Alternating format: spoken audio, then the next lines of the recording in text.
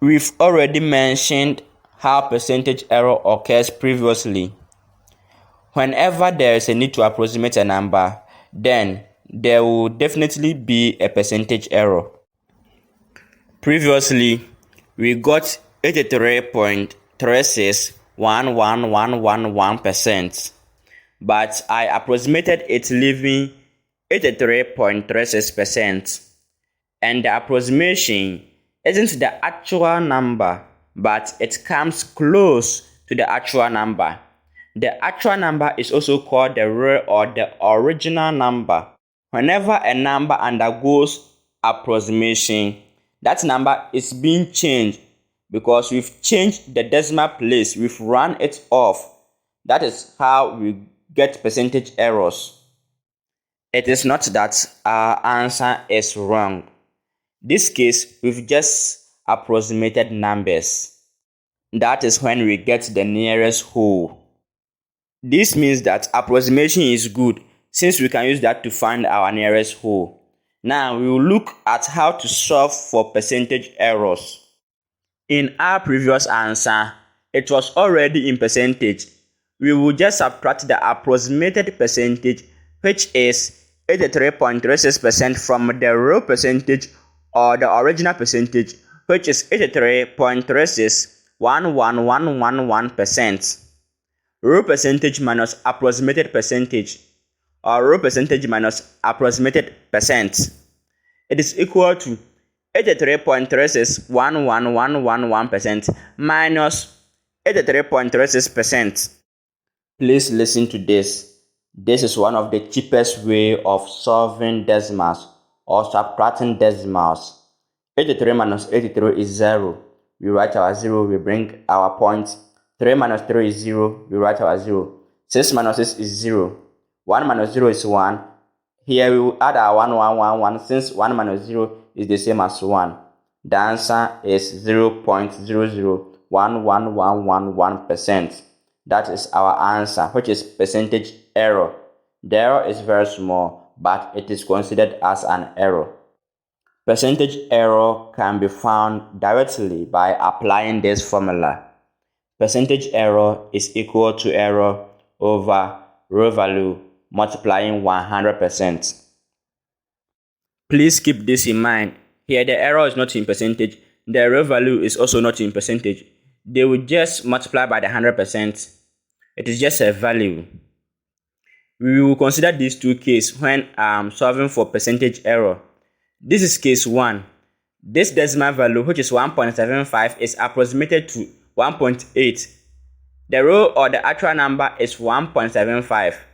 To find the percentage error, we will use this formula.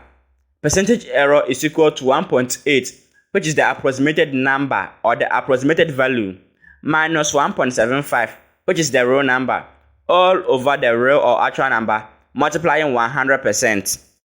1.8 minus 1.75 is 0.05, all over the real value, which is 1.75, multiplying 100%. We can multiply the 0.05 by 100, and also we can multiply the 1.75 by 100. We apply this formula to eliminate the decimal points, and to make the calculation more easier, it will be 1 over 35. 5 can cancel 175, 35 times, multiplying 100%. Hence, the percentage error will be 20% of 7. We use 5 to cancel the 100% and the 35 out. 5 goes into 100% 20 times, it goes into 35 7 times.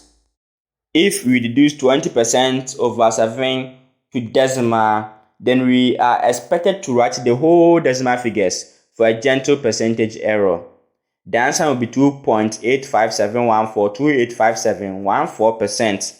It is long, but we must write all of these decimal places to avoid any problem. Now, we've been able to find our percentage error, and that was the case 1. Please put this in memory. The approximated value minus the real value all over the real value multiplying 100%. That is the first case concerning percentage errors. And we are moving on to the second case. There are two different cases. there are two different cases. This is the case 2. So we must consider this case 2. If 26.2 is round to the nearest whole, let's say it is approximated to 26.0, find the percentage error. In case 1, the approximated value was bigger than the real value, but here the real value is bigger than the approximated value. This case is slightly different from case 1. That's the difference. In this case, real or actual value, let's say the original value, minus the approximated value, all over the actual value, multiplying 100%. We did an example for case 1, and we must do the same for case 2. Let's try these examples.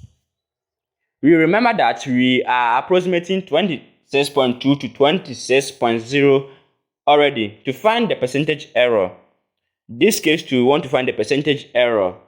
The formula will be the actual value minus approximated value all over 26.2, which is the real value. In other words, the actual value minus approximated value over the actual value multiplying 100%. 26.2 minus 26.0 all over 26.2 multiplying 100%. It will be 0.2 over 26.2 multiplying 100%.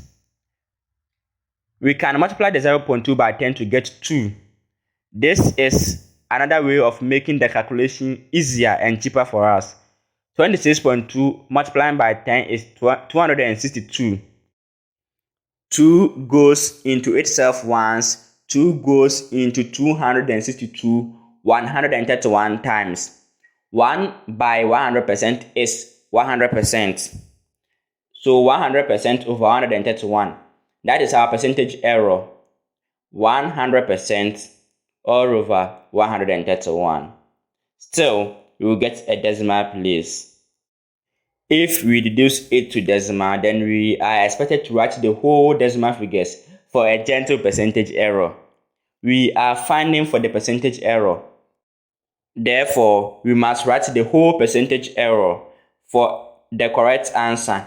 We cannot say that, it is 0.76335877863.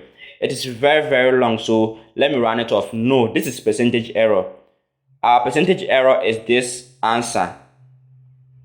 Now, we are done with the two cases. Hope we notice the difference between them.